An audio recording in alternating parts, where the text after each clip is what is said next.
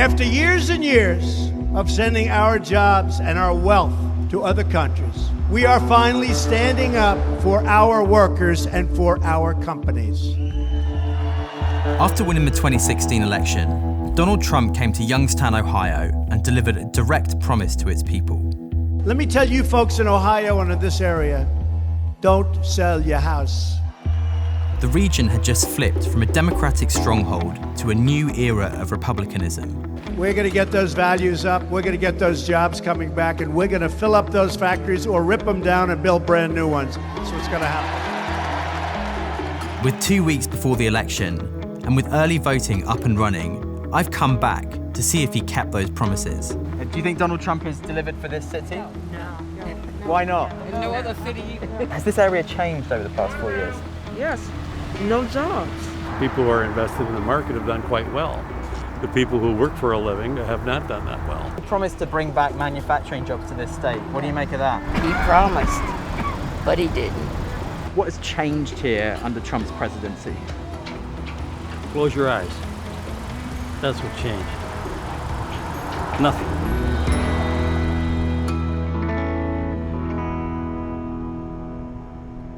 Poverty rates in Youngstown have been high for decades, but since 2016, the rate has continued to increase, and now in this city, over half of children are living in poverty, the second highest of any major city in America.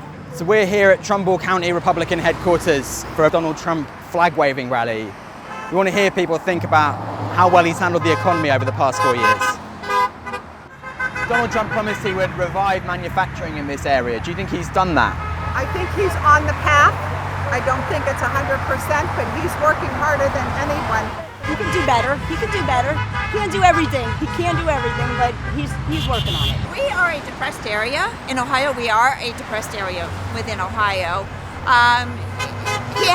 He's got a plate full. He has done so much for middle-class Americans, and you cannot blame him for the communist China virus. He's done a great job with that as well.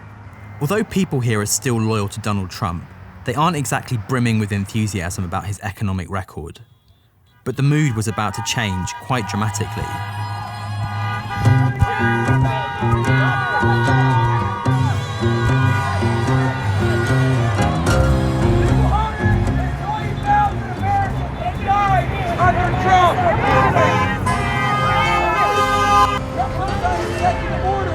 Stop the offshoring of GM, Harley-Davidson, Honeywell, Carrier, AT&T, and the list goes on and on and on and on.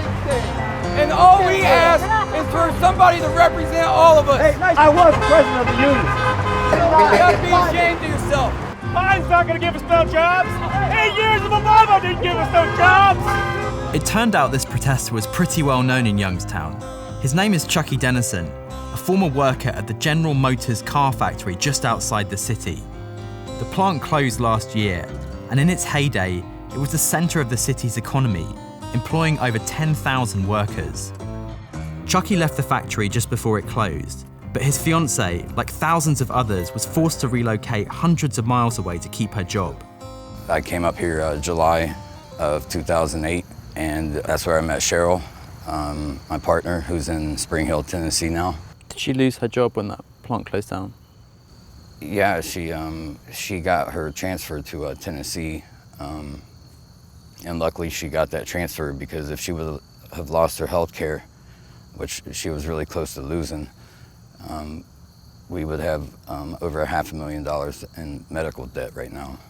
So just tell me a bit about why you were there yesterday. One of the things that surprised me the most was there was a guy there who said that he also worked in the same plant as you and was a union guy too. Were you surprised to see people like that at a rally supporting Donald Trump? This time around, yeah, very, very surprising. Even all the insane rhetoric that he spewed during the primaries, what he did talk about was holding corporations responsible for offshoring jobs, and he failed at that. Those were his words, and that's how he got elected, through counties like this. And we'll be damned if he's going to get reelected through counties like this that have been taking a beating in the last 4 years. The plant has since been bought by an electric truck company with promises to hire 600 workers next year. But even if those promises are kept, that's far less than the jobs that were once here. But not everyone who used to work here is frustrated with Donald Trump. I went for an afternoon stroll around the plant and met another retired GM worker, Denny Wilson, and his wife, Deborah. Hi there, how you doing? I think I know who you're voting for. Whose idea was it to turn the front lawn into a big campaign platform? It was yours. Yeah, I'm good at signs. I put signs up for everything. Donald Trump kind of promised to reinvigorate the economy here. Do you think he's delivered on that? GM pulled out. Yeah. When GM pulled out, what can you do? Keep shipping stuff overseas and you're going to close. But Donald Trump said he was going to stop all that, right? He was talking about American jobs. He was late. When he come in, it was already being done. What did you guys make of the reports about Trump's taxes? It's not your business, it's not their business. Whatever he paid, so what? Those that have it keep it, and we that don't have it, they take more. And that doesn't upset you? No. Because what you just described there is the definition of inequality. And that's okay, but see, I don't care. Local Republicans are determined to present a picture of economic progress here. I'd heard that an Ohio congressman and Donald Trump's Environmental Protection Administrator, Andrew Wheeler, were giving a press conference at the city's newly built $8 million amphitheater. So I came to ask some questions. Ladies and gentlemen, help me introduce Congressman Bill Johnson to the stage at this moment. We're speaking to people here in this community who say Donald Trump has done absolutely nothing for them, that they are poorer than they were 4 years ago, and that this city is taking a backward step under his administration. What do you say to them? I guess you have to wonder, then what are we doing here? This came under Donald Trump's administration. Did you pay attention to the US Census numbers that came out recently that shows that the poverty rate in Youngstown is increasing and it's one of the highest in the country? So the new census data shows that poverty rates in Youngstown are increasing. It's one of the highest in the country. Look, there is no question that we've got poverty all over the country. And we need to be able to address that. But that didn't just start over the last 4 years. Yeah, but you have an incumbent in the White House. I'm asking you your views on that. I didn't think this was going to be a political event, but... Another thing that people ask us about here is about Donald Trump's taxes, that he only paid $750 in taxes. There we go. I couldn't help but notice there were only 2 other journalists here. And the problems in Youngstown are not just confined to manufacturing and blue-collar jobs. Just a few hundred feet from the amphitheater are the old offices of The Vindicator. This 150-year-old publication closed last year, taking another 200 jobs from the community. It also made this the largest metro area in America without a daily newspaper. You can still smell the ink. Yep. And it used to be huge, 3 stories. Bertram D'Souza, the paper's veteran political writer, had worked here for 40 years. He took me into the old printing press room. We took on some powerful, business leaders. We took on powerful politicians, and they never once told me to back off, even though they were threatened with people pulling advertising and stuff like that. And then to see the decline, there were people who had been here, sort of their lifetime of work spent here. And it was sad.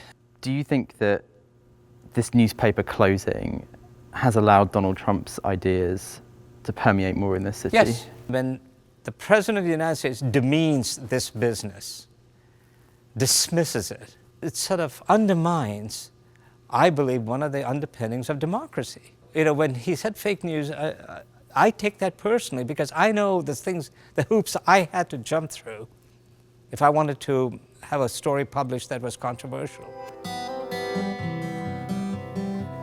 Right. This is all done. Every one of these cubicles were filled with staff. And this was the editorial opinion page cluster.